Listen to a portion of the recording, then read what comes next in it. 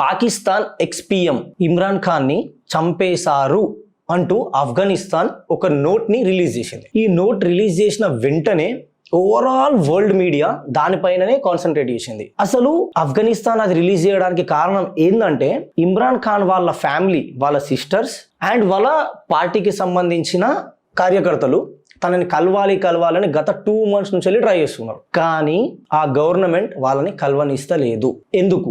ఇప్పుడు present government rule చేస్తుంది. ఈ షాబాజ్ షరీఫ్, ముల్లా మునీర్ అండ్ ISIS కి సంబంధించిన అండ్ మసూద్ అజర్ వీళ్ళంతా ఇమ్రాన్ ఖాన్ ని ఎందుకు టార్గెట్ చేసిండ్రు? కొన్ని సంవత్సరాల కింద కలవడానికి దానికి దీనికి చాయిస్ ఇచ్చిండ్రు. కానీ ఇప్పుడు అసలు కలవనిస్తలేరు.